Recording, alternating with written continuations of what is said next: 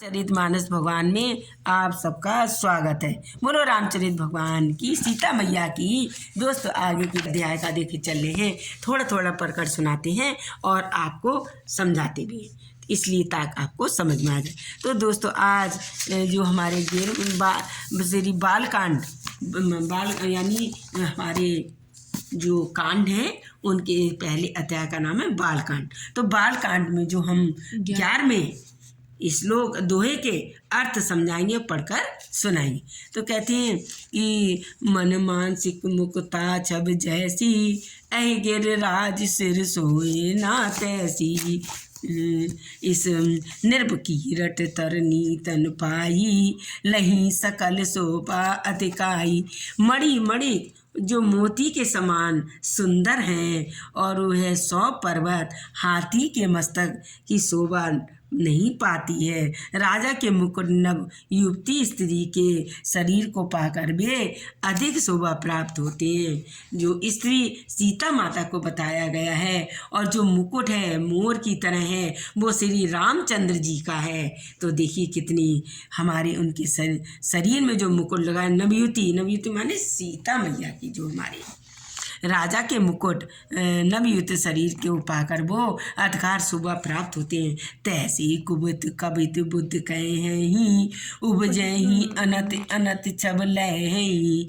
भगत हेत विद भवन बिहाई, सुमृत सारथ अबत धाई। तो इसी प्रकार से जो बुद्धि मान लोग होते हैं या कहते हैं कि सूची कविता भी उत्पन्न कर रही है, और वो शोभा अत्यंत कही जाती है। अर्थात कवि की वाणी इतनी सुंदर है कविता, जो शोभा पाती है, और जहाँ विचार प्रचार उनके कथित आदर्श का ग्रहण अनुसरण होता है। इसी कवि के स्मरण करते हुए उनकी भक्ति को सरस्वती जी ब्रह्मलोक छोड़कर चली आती हैं, दे छोड़कर दौड़ी आती हैं।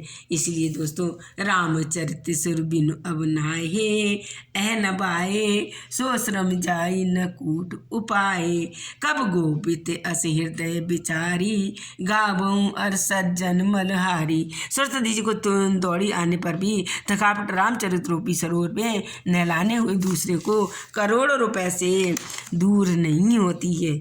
इसलिए कवि और पंडित अपने हृदय से विचार कर कगलियों सुर को पापों को तरने के लिए हरने के लिए श्री हर के इसका गान करते हैं। कौन? पंडित। और जो सरस्वती के बारे में, पंडित और कवि के बारे में बताया है। तो और कीन प्रकृति गुण गन गाना, सिर गुण गिरा लगत पछताना। हृदय सिंधु मत सीप समी समाना, स्वाति शारदा कहो सुजाना। संसार मनुष्य का गुणगान करने से सरस्वती जी सिर सुनकर पछताने लगती हैं, और कहती हैं क्यों इसके बुलाने पर बुद्धि लोग हृदय की समुद्र बुद्धि की सीप सरस्वती को स्वाति नक्षत्र लोक में समान कहते हैं। ये बस ही बर बार विचारू, हो यो कवित मुकुस्ता मन चारू। तो इसमें जो श्रेष्ठ विचार रूपी मन चलता है, जल आता है, जो मुक्ता मणि के समान सुंदर कविता होती है। जुगत बोध विद पीबुआई, रामचरित बरताग, पर हरि सज्जन विमल और शोभा अति अनुराग। इस कविता का रूप जो है मणियों से युक्त होकर रामचंद्र रूप होकर अपनी माला में निर्भय हृदय से धारण करते हैं। कौन? श्री राम भगवान, जो अनुरागी रूपी शोभा होते हैं, अंत प्रेम से प्रेम प्राप्त करते हैं, इसी को अनुराग कहते हैं। तो दोस्तों ये आपको हमने पहले अध्याय बालकांड का 10 से लेकर 11 तक दुआएं पढ़कर सुनाए हैं। अगर आपको ये रामचरितमानस तरीका पढ़ने का अच्छा लगा तो लाइक करें, मेरे चैनल को ज़्यादा से ज़्यादा सब्सक्राइब करें, और दोस्तों कमेंट में ज़रूर लिखिएगा आप लोग कि सही पढ़ा है या गलत पढ़ा है। गलत पढ़ा है तो भी लिख कर भेजें, और आजकल अच्छे से आपको मधुर वाणी में आगे की कथा पढ़कर सुनाएंगे। बोलो रामचरित भगवान।